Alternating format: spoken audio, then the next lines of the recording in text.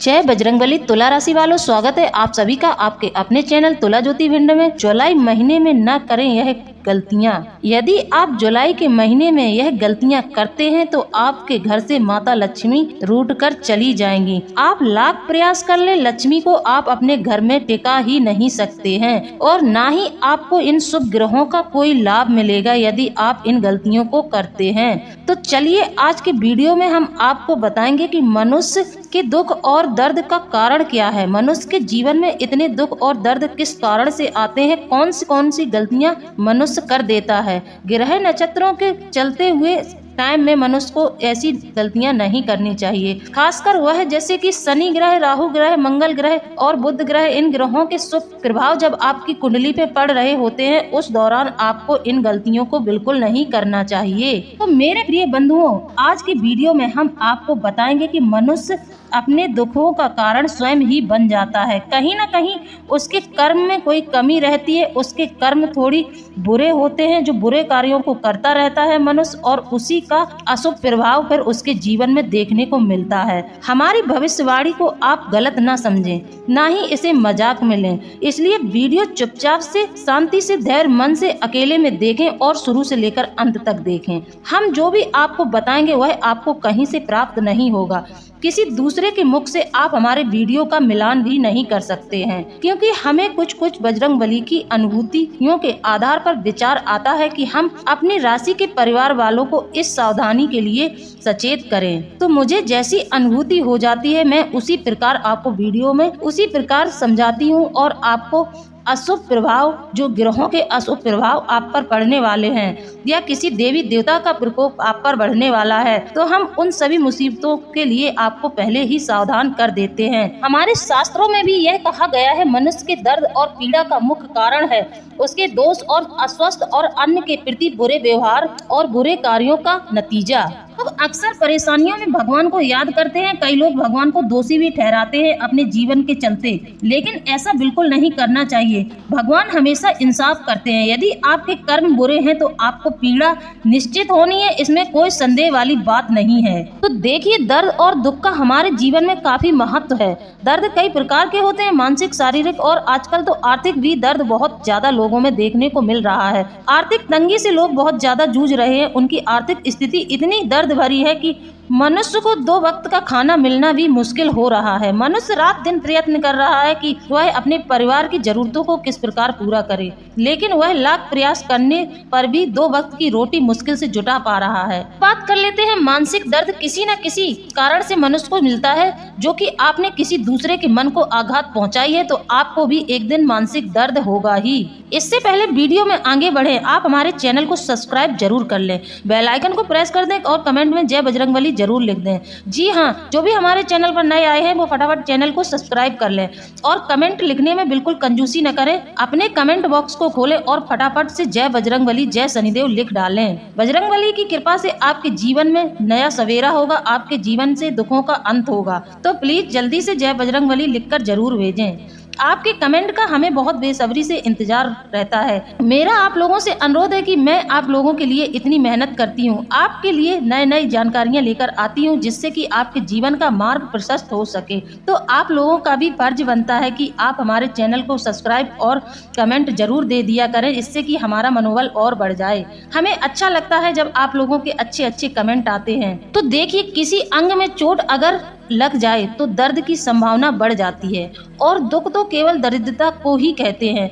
दरिद्र सम दुख होता ही नहीं है व्यक्ति के जीवन में। यदि दरिद्रता है तो इससे बड़ा कोई दुख है ही नहीं। कवि तुलसीदास जी कहते हैं कि दरिद्र सोच वाला आदमी, अर्थात इस जगत में जिसकी सोच छोटी है उससे ज्यादा दुखी और कोई नहीं है, और जो संतों की संगति कर रहा है या जो संतों की संगति करता है उससे ज्यादा सुखी कोई नहीं है। तुलसीदास जी कहते हैं, नहीं दरिद्र सम दुख जग माही, अर्थात गरीबी से बड़ा दुख या अभिशाप इस संसार में को और दूसरा नहीं है।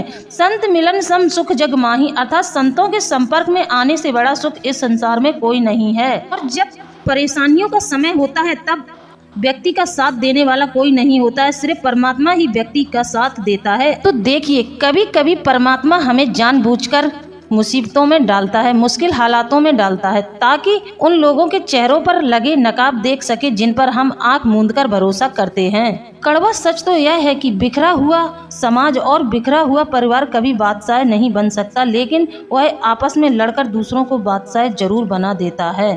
दुख के समय ही सच्चे दोस्त की पहचान हो सकती है। दुख सुख के तो सारे साथी हैं, परंतु जब इंसान पर बुरा वक्त आता है तो उसी समय सच्चे दोस्त उन दोस्तों की असली पहचान होती है।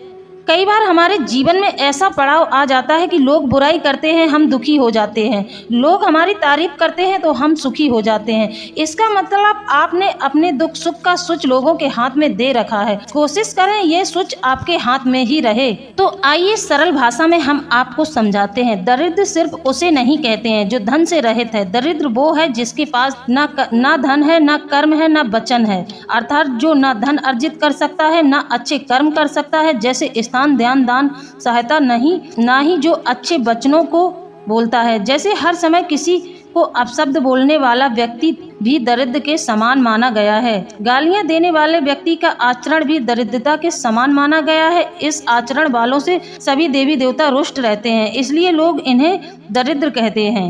आलसी और कामचोर अर्थात जिसकी काम करने की मेहनत करने की इच्छा बिल्कुल नहीं होती है, उन्हें भी दरिद्र की श्रेणी में रखा गया है। नंबर 2, शब्दकोश में तो आवश्यक चीज की कमी हो। शब्दकोश में आवश्यक चीज की कमी को दरिद्र कहते हैं, इसलिए धन को आवश्यक मानने वाले धन की कमी को भी दरिद्रता कह देते हैं। आलस, अज्ञान या अहंकार के वशीभूत होकर जो अनावश्यक कार्यों को करते हैं वह भी दरिद्र की श्रेणी में आते हैं।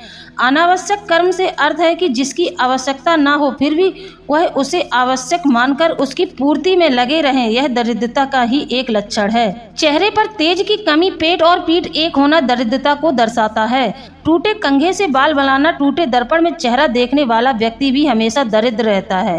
एक दिन में एक वक्त का भोजन मिलना, वह भी बहुत प्रयत्न करने पर मिलता है, तो ऐसा व्यक्ति दरिद्र की श्रेणी में आता है। नहाने की इच्छा न करना, गंदे वस्त्र धारण करना, ऐसे व्यक्ति को लक्ष्मी छोड़कर चली जाती है और उसके जीवन में दरिद्रता छा जाती है। हर समय दूसरों से मांगते रहने वाले को भी दरिद्र की श्रेणी में रखा गया है। धन के मुख्य कारक देवगुरु बृहस्पति हैं तथा माता लक्ष्मी धन की देवी हैं। भगवान श्री दत्तात्रेय गुरुणा गुरु हैं। कहते हैं कि यदि गुरु शंकर दत्तात्रेय जगत गुरु, इसलिए देवगुरु बृहस्पति को प्रसन्न करने के लिए श्री गुरु चरित्र का पाठ अथवा भगवान श्री दत्तात्रेय जी की उपासना एवं माँ भगवती माता लक्ष्मी जी को प्रसन्न करने के लिए संभव हो तो प्रतिदिन नहीं तो हर शुक्रवार को श्री सूक्तम पाठ जरूर करना चाहिए, जिससे कि व्यक्ति के जीवन से दरिद्रता दूर हो जाए। तो देखिए, सनातन धर्म के 18 पुराणों में से एक गरुड़ पुराण है। गरुड़ पुराण शास्त्र में भगवान विष्णु और गरुड़ के बीच वार्तालाप चल रही थी।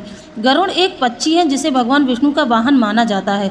गरुड़ पुराण विष्णु पुराण का एक हिस्सा है जिसमें हिंदू धर्म के मृत्यु, पुनर्जन्म और अंतिम संस्कार से संबंधित बातों का जिक्र किया गया है। इस पुराण में भगवान ने यह भी बताया है कि वे कौन कौन से मनुष्य के कर्म हैं जिसकी वजह से व्यक्ति के जीवन में दरिद्रता आती है। चलिए आइए हम बताते हैं मनुष्य के जीवन में कष्ट, परेशानी और दरिद्रता का कारण क्या है। गंदे और मैले वस्त्र धारण करने वाले लोग। ध्यान से सुनने वाली बात है, यहाँ ध्यान से सुने। गरुड़ पुराण के अनुसार अगर कोई व्यक्ति हर समय गंदे और मैले वस्त्र पहनता है तो माता लक्ष्मी उससे नाराज हो जाती हैं। शास्त्रों के अनुसार माता लक्ष्मी को साफ सफाई बेहद पसंद है और वो उसी घर में वास करती है जहाँ स्वच्छता बनी रहती है। नंबर 2, माता पिता का अपमान करने वाला व्यक्ति भी हमेशा दरिद्र रहता है। उसके जीवन से सारी खुशियाँ रूठ जाती हैं और माता लक्ष्मी भी उसके जीवन में कभी नहीं ठहरती हैं। जिस घर में अपने से बड़ों का अपमान होता है उस घर में कभी भी माता लक्ष्मी का वास नहीं होता है। नंबर 3, जो अपने गुरु संत अतिथि का अपमान करता है वो कभी भी धनवान नहीं बन सकता।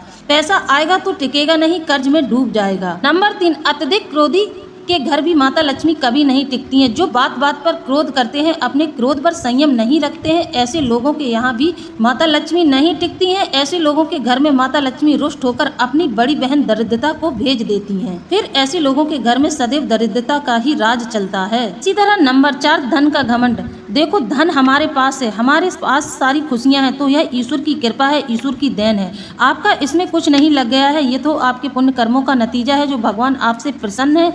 माँ लक्ष्मी की आप पर पूरी कृपा बनी हुई है।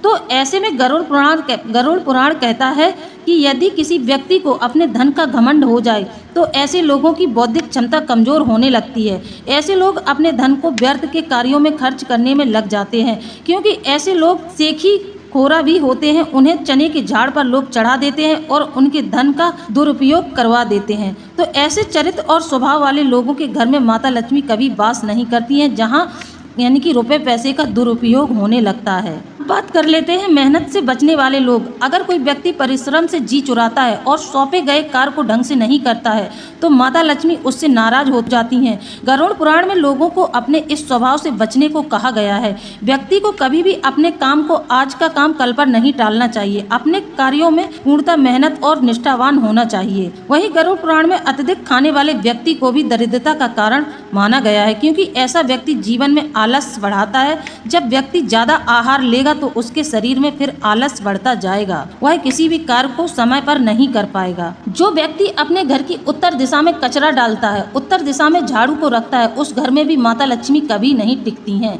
जो माताएं अथवा पुरुष सूर्य अस्त के बाद झाड़ू लगाती हैं और सूर्य अस्त के बाद संध्या के समय सोते हैं, उनके घरों में भी माता लक्ष्मी का वास कभी नहीं होता है। उनके घर में भी भरपूर दरिद्रता का राज चलता है। जो व्यक्ति केवल माता लक्ष्मी का ही अकेले पूजन करते हैं, नारायण का नाम नहीं लेते हैं, उनके घर में भी लक्ष्मी कभी नहीं टिकती है। जो व्यक्ति रात्रि में रखे हुए आटे का भोजन करते हैं, उनके घर में भी दरिद्रता का निवास होता है। लक्ष्मी का निवास उनके घर में कभी नहीं होता है। शाम के समय अपने सगे से सगे संबंधी को अपने घर से नमक न दें। जो नमक दान में दे देते हैं, इस कारण से भी उनके घर में दरिद्रता का प्रवेश हो जाता है। ये तो थी वह गलतियां जो आपको इस माह नहीं करनी है। अब बात कर लेते हैं उपाय की। अगर लक्ष्मी नहीं रुक रही है तो आप अपने घर में पीले रंग के कपड़े में 7 तांबे के सिक्का और 5 गोमती चक्र, पीले रंग के कपड़े में 1.25 मीटर कपड़ा पीले रंग का लें। उसमें 1.25 किलो या 3 मुट्ठी चावल डालकर गुरुवार के दिन श्री लक्ष्मी माँ के 108 नाम अथवा 3 माला जाप ओम श्री नमः इस मंत्र का जाप करके तिजोरी में रख लीजिए। हर दीपावली को उसका पूजन कीजिए। आपके घर में स्थायी रूप से लक्ष्मी ठहरेगी। अब नंबर 2, अगर आपका कोई काम नहीं बनता है, आपके घर में ग्रह कलेश बहुत रहता है, वास्तु दोष भी बहुत ज्यादा बढ़ा हुआ है, इन सभी दोषों के चलते आपके कोई भी कार्य में आपको सफलता नहीं मिल रही है, तो आपको एक काम करना है। आपको सफेद आंकड़े के 108 पत्ते लेने हैं। उन्हें अच्छे से गंगा जल से धो लें। धोने के बाद आप एक कटोरी में लाल चंदन को अच्छे से घोल लें और एक अनार के पेड़ की कलम बनाएं, यानी कि उसकी लकड़ी लें और उससे एक कलम तैयार करें।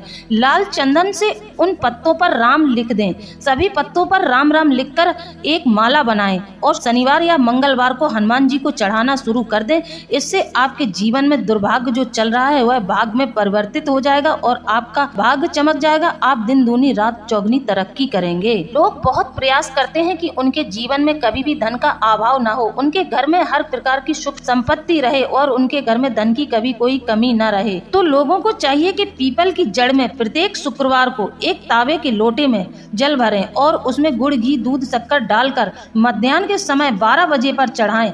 इससे आपके घर में लक्ष्मी स्थायी रूप से रुकने लगेगी। आपका धन अनावश्यक कार्यों में खर्च बिल्कुल नहीं होगा। आपके धन में बढ़ोतरी होना शुरू हो जाएगी। यदि आप अपने जीवन में परिवर्तन लाना चाहते हैं, माता लक्ष्मी की पूर्ण कृपा पाना चाहते हैं, तो आप शाम के समय घी का दीपक जलाएं।